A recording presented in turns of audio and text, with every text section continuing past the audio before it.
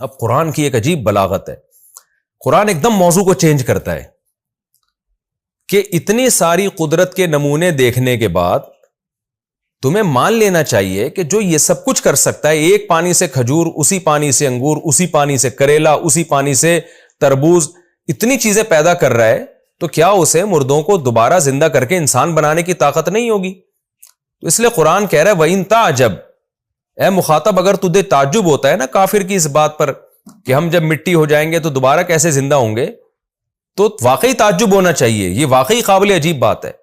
یعنی کافر تو اس پہ تعجب کر رہا ہے کہ اسلام یہ کہتا ہے کہ ہم مر کے دوبارہ زندہ ہوں گے، اللہ کہتے ہیں کافر جس بات پہ تعجب کر رہا ہے نا وہ قابل تعجب نہیں ہے، بلکہ کافر کی یہ بات قابل تعجب ہے کہ تم کس خدا کے بارے میں کہہ رہے ہو کہ دوبارہ زندہ نہیں کر سکتا۔ تو اس لیے قرآن کہہ رہا ہے وَإِن تَعْجَبْ، اے مخاطب یا اے نبی اگر آپ کو تعجب ہوتا ہے، فَعَجَبٌ قَوْلُهُمْ، تو واقعی ان کا یہ قول بڑا عجیب ہے، قابل تعجب ہے، جتنا حیران ہوا جائے کم ہے۔ وہ کیا؟ اِذَا كُنَّا تُرَابًا، کہ جب ہم مٹی ہو جائیں گے، اِنَّا لَفِي خَلْقٍ جَدِيدٍ، تو کیا ہم دوبارہ ایک نئی تخلیق میں ہوں گے؟ تو ان کی بات پر واقعی جتنا سر دھنا جائے کم ہے، کیسی احمقانہ باتیں کر رہے ہیں۔ اللہ فرماتے ہیں اولئک الذین کفروا بربہم، یہ ہیں وہ لوگ جنہوں نے اپنے رب کا انکار کیا۔ حالانکہ بہت سے رب کا انکار نہیں کرتے تھے، خدا کے وجود کے قائل تھے، مشرکین تو اللہ کو مانتے تھے اور آخرت کا انکار کرتے تھے، لیکن اللہ نے کیا فرمایا، یہ اپنے رب کے منکر ہیں، کیونکہ ایسے رب کو ماننے کا فائدہ کیا جس کی طاقت ہی کہ آپ قائل نہ ہو۔ آپ کہو خدا تو ہے لیکن مر کے دوبارہ نہیں ہمیں زندہ نہیں کر سکتا، تو یہ تو انکار ہی ہو گیا نا۔ ایک طرح آپ کہتے ہیں یہ ملک کا حاکم ہے لیکن کچھ کر نہیں سکتا، تو کیا مطلب آپ نے اس کو حاکم ماننے سے انکار کر دیا؟ پھر اللہ فرماتے ہیں یہ ہیں وہ لوگ جنہوں نے اپنے رب کا انکار کیا، وَأُولَئِكَ الْأَغْلَالُ فِي أَعْنَاقِهِمْ، یہی ہیں وہ لوگ جن کی گردنوں میں قیامت کے دن طوق ہوگا، زنجیریں ہوں گی، وَأُولَئِكَ أَصْحَابُ النَّارِ، اور یہی ہیں وہ لوگ جو آگ والے ہوں گے، هُمْ فِيهَا خَالِدُونَ، یہی ہیں وہ لوگ جو اس آگ میں ہمیشہ ہمیشہ جلیں گے۔ اللہ ہمیں بچا کے رکھے اس آگ سے۔ وَيَسْتَعْجِلُونَكَ بِالسَّيِّئَةِ قَبْلَ الْحَسَنَةِ، وہی ہٹ دھرمی کی بات، ایسے دلائل قرآن دے رہا ہے تو مشرکین فوراً کہتے تھے عذاب لے آؤ بھائی، ابھی فوراً لے آؤ، یہ جہنم کی وعیدیں کیوں سنا کے رکھی ہوئی ہیں؟ تو قرآن کہتا ہے ان بدبختوں کو دیکھو، وَيَسْتَعْجِلُونَكَ بِالسَّيِّئَةِ، یہ لوگ برائی میں جلدی کر رہے ہیں، قبل الحسنہ، اچھائی سے پہلے،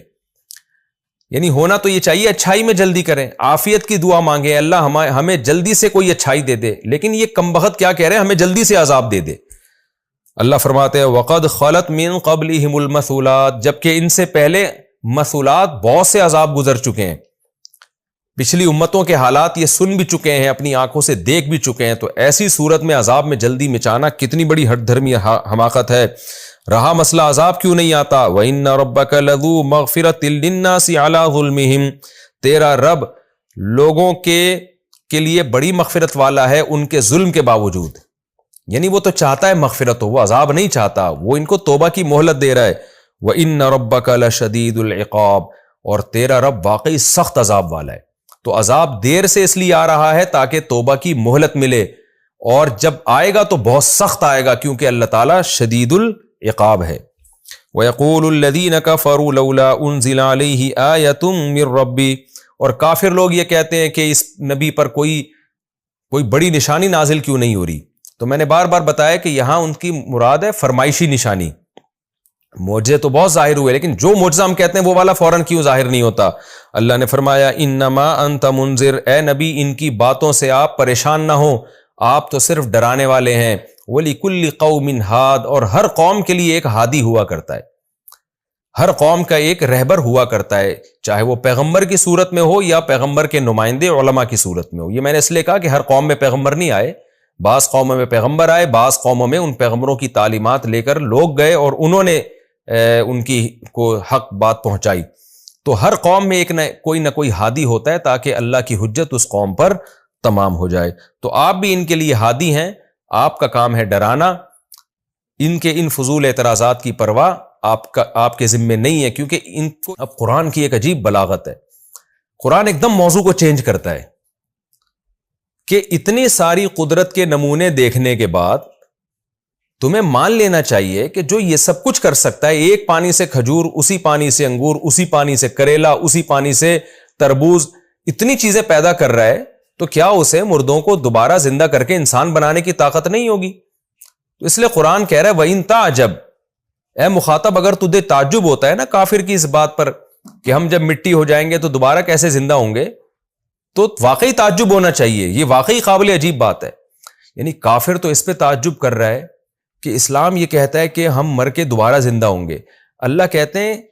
کافر جس بات پہ تعجب کر رہا ہے نا وہ قابل تعجب نہیں ہے، بلکہ کافر کی یہ بات قابل تعجب ہے کہ تم کس خدا کے بارے میں کہہ رہے ہو کہ دوبارہ زندہ نہیں کر سکتا۔ تو اس لیے قرآن کہہ رہا ہے وَإِن تَعْجَبْ، اے مخاطب یا اے نبی اگر آپ کو تعجب ہوتا ہے فَعَجَبٌ قَوْلُهُمْ، تو واقعی ان کا یہ قول بڑا عجیب ہے، قابل تعجب ہے، جتنا حیران ہوا جائے کم ہے۔ وہ کیا؟ اِذَا كُنَّا تُرَابًا، کہ جب ہم مٹی ہو جائیں گے، اِنَّا لَفِي خَلْقٍ جَدِيدٍ، تو کیا ہم دوبارہ ایک نئی تخلیق میں ہوں گے؟ تو ان کی بات پر واقعی جتنا سر دھنا جائے کم ہے، کیسی احمقانہ باتیں کر رہے ہیں۔ اللہ فرماتے ہیں اولئک الذین کفروا بربہم، یہ ہیں وہ لوگ جنہوں نے اپنے رب کا انکار کیا، حالانکہ بہت سے رب کا انکار نہیں کرتے تھے، خدا کے وجود کے قائل تھے۔ مشرکین تو اللہ کو مانتے تھے اور آخرت کا انکار کرتے تھے، لیکن اللہ نے کیا فرمایا، یہ اپنے رب کے منکر ہیں، کیونکہ ایسے رب کو ماننے کا فائدہ کیا جس کی طاقت ہی کہ آپ قائل نہ ہو۔ آپ کہو خدا تو ہے لیکن مر کے دوبارہ نہیں ہمیں زندہ نہیں کر سکتا، تو یہ تو انکار ہی ہو گیا نا ایک طرح۔ آپ کہتے ہیں یہ ملک کا حاکم ہے لیکن کچھ کر نہیں سکتا، تو کیا مطلب آپ نے اس کو حاکم ماننے سے انکار کر دیا؟ پھر اللہ فرماتے ہیں یہ ہیں وہ لوگ جنہوں نے اپنے رب کا انکار کیا، وَأُولَئِكَ الْأَغْلَالُ فِي أَعْنَاقِهِمْ، یہی ہیں وہ لوگ جن کی گردنوں میں قیامت کے دن طوق ہوگا، زنجیریں ہوں گی۔